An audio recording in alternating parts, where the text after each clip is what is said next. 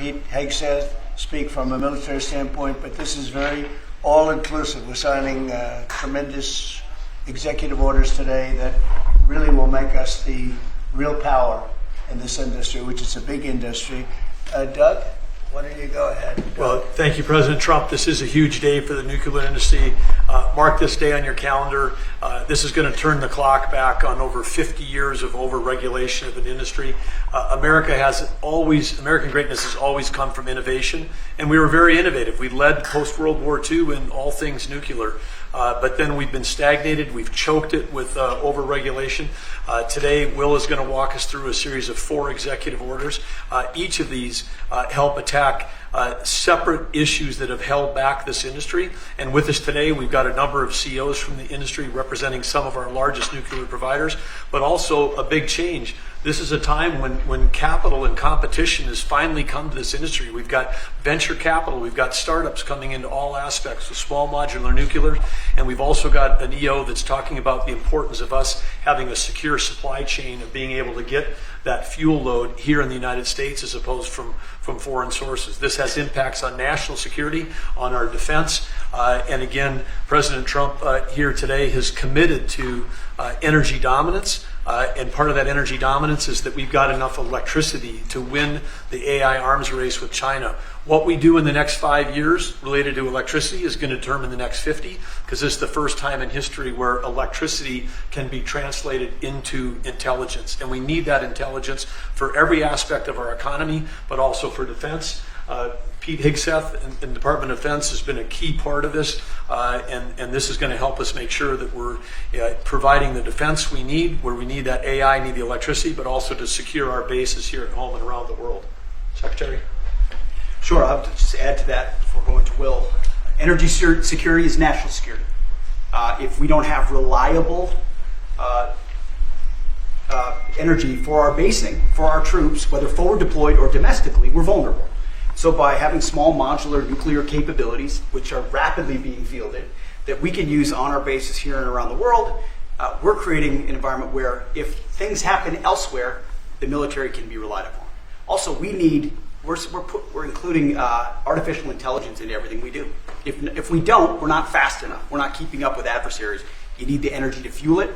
Nuclear is a huge part of that, modular or otherwise. So we're going to have the lights on and AI operating when others do not, faster than everybody else because of nuclear capability. So this is a big game changer for us as well. And we're also talking about the big plants, the very, very big, the biggest. We're going to be doing them also, but we're going to start off a little bit. I think the focus today is the smaller module, but included in this group, we're also doing big plants where needed. They won't be needed too much, but they'll literally be able to do it in an entire state.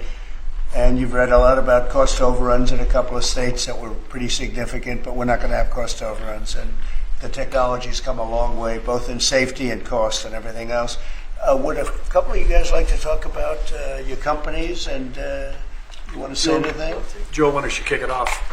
Sure. My name's Joe Dominguez. I run Constellation Energy. We have about 25% of the nation's fleet. We're the largest publicly traded nuclear company in the world. We're in the middle of a merger with Calpine, and once completed, we will be the largest electric producing company in the world. About enough power to produce, to cover all of Mexico, actually. I didn't know that. When we talked, you were so modest. I can't believe it. That's normally not said about me, Mr. President. I'm very impressed. Go ahead. So you think it's got a great future? Yeah, well, absolutely we do. And the big change here is not only the technology has come around, but we have some of the largest companies in the world, the hyperscalers, who need this energy for AI, who are now working with us to fund the development and construction of the next generation nuclear. Nuclear is a 24/7 resource. These data centers run 24/7. Some of them will cost $200–300 billion, and they want to run them all of the time. So we can't use intermittent resources. We need something that's always on, 24/7, and nothing does that better than nuclear. The problem in the industry has historically been regulatory delay. Mr. President, you know this because you're the best at building big things. Delay in regulations and permitting will absolutely kill you because if you can't get the plant on, you can't get revenue, and the interest costs are horrible. We're wasting too much time on permitting, and we're answering silly questions, not the important ones. For example, let me give you an example. In 3 places in this country, we're trying to license new reactors at sites that already have reactors. Yet I have to spend $35 billion at each site just for the NRC to do an analysis that says this is a good place for nuclear. Well, guess what? We've been running nuclear in that community for 4 decades. Why are we even asking that question? I'd rather spend that $35 million, 3 times $105 million, perfecting the design, start building the foundation, and getting going. We need to do this for America. Are we doing something about the regulatory in here? Oh, yes, sir. Yes, you are. You are, Because sir. that's going to be a big With the factor. signature. Yes, sir. Absolutely. That issue I just described will be addressed in this EO, and many other issues that we don't have time with the president to But cover. you say it's today. very, we've contemplated just about everything. Well, this, Mr. President, this Energy Dominance Council that you have created is something I haven't seen in 30 years. It brings together all the pieces of government in one place to expedite the process. Under Secretary Burgum's leadership, this has been an amazing, amazing thing. It used to be the case that I have to run to about 5 different places in Washington to get one answer. That's great. And now it's all together in one place. So all I know about Secretary Burgum and Secretary Wright is if we haven't gotten it right, we'll get it right shortly, and there'll be another That's order good. for you to I'm sign. glad But they're thank you addressing- so much for your I'm glad they're leadership. addressing. You were going to say something? Go ahead. Well, I was just going to say commercial nuclear, a bit of an unsung hero. And I just want to thank you, Mr. President, Secretary Burgum, Secretary Wright, for bringing this attention to commercial nuclear. We have the largest and most safe fleet right here in the United States. And upon that, we have fantastic innovation that's being brought forward. And it's going to come in all shapes and sizes. And it's going to actually be coming through some of these companies that you see represented here. We're going to have great jobs. We're going to have wonderful energy. And we're going to be ready. So thank you, Mr. President, you. for Very leaning good. in. Appreciate it. Great job you've done, too. Jake? How about talking about your company and the job you're going to do? Yes, thank you, Mr. President. Well, first of all, a little MIT nuclear connection that goes back, I know, familial for you. So, yeah, we're working on small reactors. I'm Jacob DeWitt, CEO, co-founder at Oklo. Working on small next-generation reactors that take technology America invented, developed, and pioneered and bringing it to the market after it sat on the shelves of history for about 40 years. And it's because of the actions that you're doing today that are going to help unleash that. Changing the permitting dynamics is going to help things move faster. We're seeing private investment flow into this space like we've never seen before. We went public about a year ago, and one of the most successful actually go public outcomes for a transaction like that for a small nuclear company, because the market needs this and wants this. And under your leadership, creating the Dominance Council, I mean, it's hard to overstate the value of that. And nuclear is a manifestation of energy dominance. In fact, a golf ball of uranium metal, which this is not, but it's a golf ball, has enough energy content in it to power your entire life's energy needs. I mean, it doesn't get any better than that.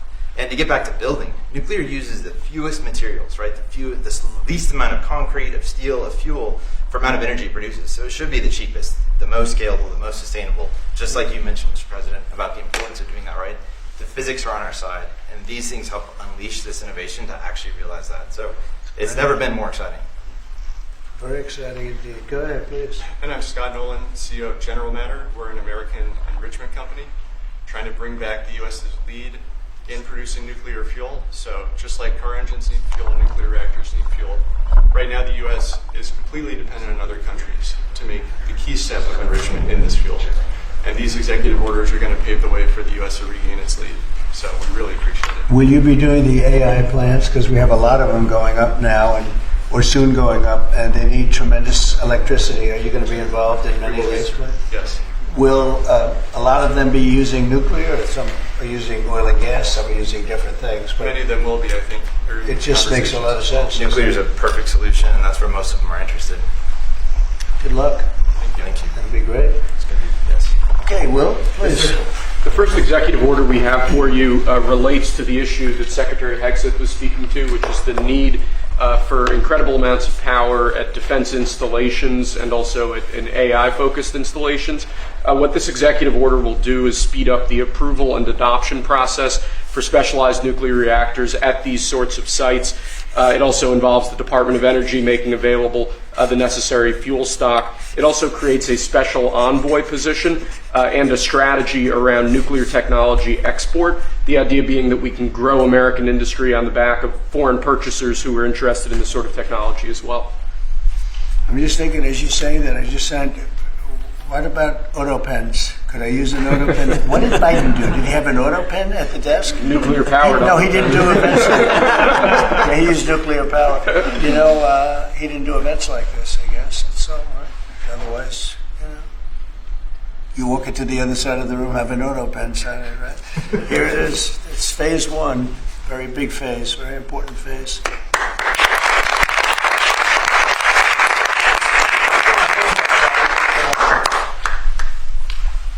Sir, this next executive order is intended to reform the Nuclear Regulatory Commission. You heard a few of the people here speak about the complex regulatory processes that have really held the nuclear industry back.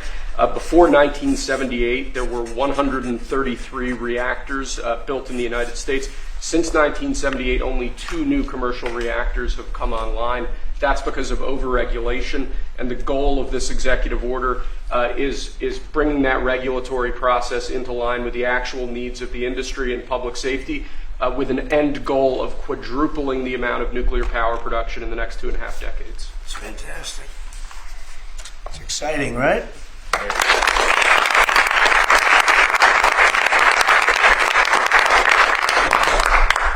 There you go.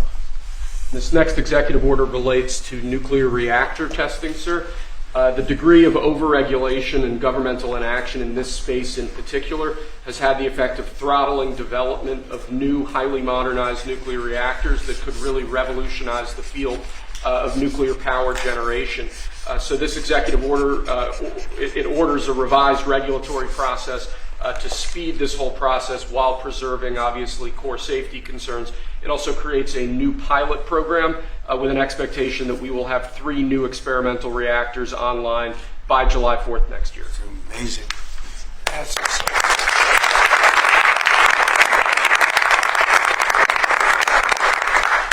Okay, come on. Lastly, sir, we have an executive order on reinvigorating the nuclear industrial base. There are a number of core issues here, including the issue with fuel feedstock that one of the speakers mentioned before. This executive order, among other actions, includes an invocation of the Defense Production Act in order to spur a closer collaboration with private industry to ensure that we have the fuel supplies we need for a modernized nuclear energy sector. In addition to that, it includes crucial provisions relating to the development of a nuclear energy sector workforce and a number of other key building blocks to the overall nuclear industry that we're trying to spur here. Right. Thank you.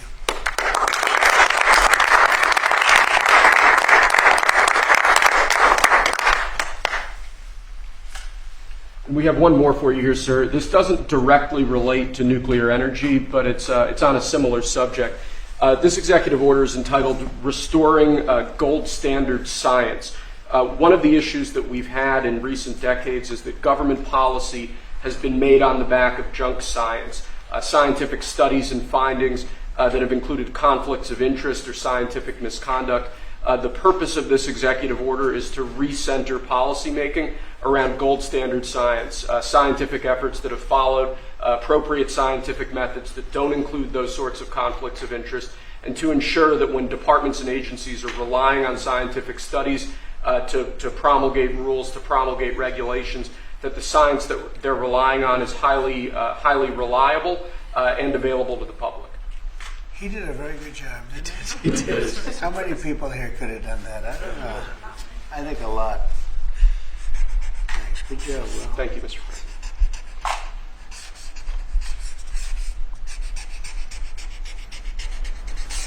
Is that it? That's all we have for you now.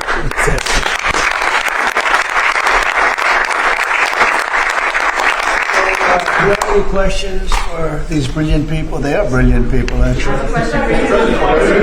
President, on nuclear, sir, a lot of the concern over the years that's helped the nuclear industry back has been about safety. Are you satisfied with those safety concerns? Yeah, we are. It's become very safe. Actually, it's become very safe, and tremendous work's been done on that, more than anything else, and it's really the automatic shutoffs. There's so many different things that they have now that they would have never had. You know, my uncle was a great nuclear person years ago, and that was a different, if you would have asked that question, probably it would have been a much different answer. But they have tremendous shutoff power and other powers that, and very redundant, as I understand it, like at a level that nobody's ever seen before. So it's safe. And we're going to do a lot of the small ones, and we're going to do some of the big ones. But yeah, very safe and clean. Let's keep it on this for a little while. Let's keep it on the nuclear, and then if you want to ask something else, which you might, we'll do that. On nuclear, Mr. President. Yeah, please. What do you say to folks who are concerned that speeding up licensing or even doing fuel processing raises safety and proliferation? Yeah, we're going to get it very fast, and we're going to get it very safe, and we're going to get the people in and out. And they're going to do plants. In many cases, they'll do 3 or 4 smaller ones and put them together. That's what France has done. France has done a good job of this for years. And they, as I understand it, they had basically one plan. And if they needed more, they'd do 3 or 4 or 5 of them. I don't know we have to go that far, but you know, there's something about building one big one. But we'll build the big ones too. We're going to have, I think I would say we'll be second to none because we're starting very strong. But it's time. It's time for nuclear, and we're going to do it very big. Yeah, please. Mr. President, what about the European Union? You said that negotiations are going nowhere. Where are the kind of points where they're slow moving?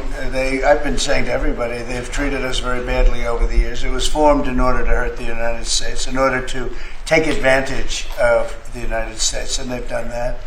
We have a big deficit with them. They sell millions and millions of cars, as you know, Mercedes and BMW and Volkswagen and many others, and we were restricted from selling cars into the European Union, which is not nice. And I just said it's time that we play the game the way I know how to play the game. You know, they've taken advantage of other people representing this country, and they're not going to do that any longer. Yeah. Mr. President, you are a deal maker, deal breaker. What are you hoping to achieve with a 50%? Well, I think this is there is no tariff, because what they'll do is they'll send their companies into the U.S. and build their plant. You know, we have, I guess, over $12 trillion practically committed. You look at other presidents; they haven't had $1 trillion for a year, for 2 years, for 3 years. We have numbers. Nobody's ever seen numbers like we have. And if they build their plant here, then they have no tariff at all. Are you looking for a deal in 9 days? Will you be able to do that, sir? I'm not looking for a deal. I mean, we've set the deal. It's at 50%. But again, there is no tariff if they build their plant here. Now, if somebody comes in and wants to build a plant here, I can talk to them about a little bit of a delay. But, while they're building their plant, which is something I think that would be appropriate, maybe, we'll determine that. Is there anything the EU can do? I don't know. We're going to see what happens. But right now, it's going on June 1st. And that's the way it is. No, they haven't treated us properly. They haven't treated our country properly. They banded together to take advantage of us. And the people behind me know, because they had some of that with their industry. But generally, we signed a great deal with United Kingdom. We have numerous other deals that are ready to be signed. We've signed a deal with China. We have some really amazing deals, but the European Union, I mean, the sole purpose was really not to hurt us, but to take advantage of us, and we're not going to be taking advantage. Mr. President, on Apple, you said this morning that if they don't make their iPhones in the U.S., you're going to hit them with a 25% tariff. Right. Do you have the power to tariff one single company, and why would you want to hurt an American company in that way? It would be more. It would be also Samsung and anybody that makes that product. Otherwise, it wouldn't be fair. So anybody that makes that product, and that'll start on, I guess, at the end of June. It'll come out. I think we have that appropriately done by the end of June. So if they make that product. Now, again, when they build their plant here, there's no tariff. So they're going to be building plants here. But I had an understanding with him that he wouldn't be doing this. He said he's going to India to build plants. I said, that's okay to go to India, but you're not going to sell into here without tariffs. And that's the way it is. Yeah. Well, why would you hurt an American company? What makes you confident, sir, that Apple can build in the United States at a price that American consumers? Oh, Oh, they can. No, they can. And a lot of it's so computerized now. These plants are amazing if you look at them, but they can do that. And actually, as you know, Apple's coming in with $500 billion. So are the chip companies. We have all of the chip companies coming in. The biggest, $500 billion, $200 billion, $250 billion they're spending.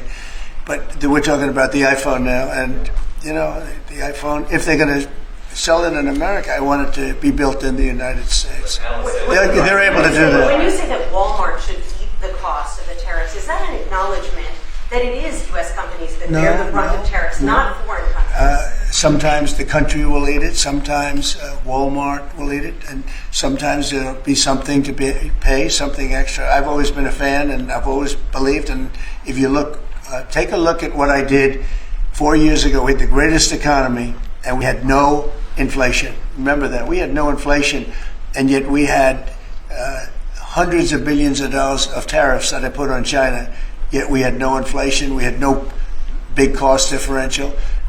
Oftentimes, and I don't like it when a department store, because they'll do a lot of business, but they announce record profits and everything else. They have to take out some of their profits. They'll make a little bit less money. But I don't want the consumer. I don't want the consumer to pay. But why impose tariffs that you know are hurting American businesses? They're not hurting. They're helping because they're creating jobs in America. We're creating tremendous amounts of jobs in America like you've never seen. We're having investment in America. We're not getting ripped off by every country in the world. We've been ripped off by every country in the world. They're making their product. They sell it. They don't give our people the jobs. They make them with other countries' jobs. And we will have something that nobody will ever see again, I think. I think we have a potential to do numbers that we never envisioned in the wildest year. Look at what's happening. 10 to 12 trillion dollars in literally a couple of months. It's nothing like that's ever happened. It's we're doing a very special thing. We want, if they're going to sell it here, generally speaking, not for all products. There's some products we don't want to make.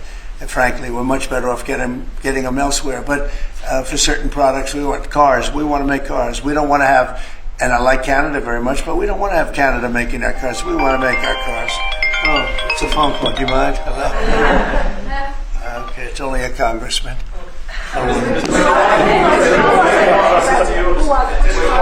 let you know, actually. Mr. President, are you considering stopping other universities from taking foreign students? It's a different congressman. They're all congratulating us. Yeah, it's lucky it is. Okay, let's go. Are you considering stopping other universities besides Harvard from accepting foreign students? Well, we're taking a look at a lot of things. And as you know, billions of dollars has been paid to Harvard. How ridiculous is that? Billions. And they have $52 billion as an endowment. They have $52 billion. And this country is paying billions and billions of dollars and then gives student loans, and they have to pay back the loans. So Harvard's going to have to change its ways. And so are some others. On that note, a lot of CEOs in the United States, big companies, are foreign. What is that going to do? I'm fine with that. No, I'm fine with that. No, we want to do that. We're actually going to be doing something in the near future that's going to make it possible for people to come into this country and come in and have a road toward citizenship. And I think it'll be very exciting, but it's too soon to speak. You don't think that banning students? The best and brightest from around the world to I do. come to Harvard. I do, but a lot of the people need remedial math. Did you see that? Where the students can't add 2 and 2 and they go to Harvard. They want remedial math, and they're going to teach remedial math at Harvard. Now, wait a minute. So why would they get in? How can somebody that can't add or has very basic skills, how do they get into Harvard? Why are they there? And then you see those same people picketing and screaming at the United States and screaming at, they're anti-Semitic or they're something. We don't want troublemakers here. But how do people that can't, when Harvard comes out with a statement that they're going to teach some of their students remedial math, that's basic math, that's not the deal. Okay, and anymore?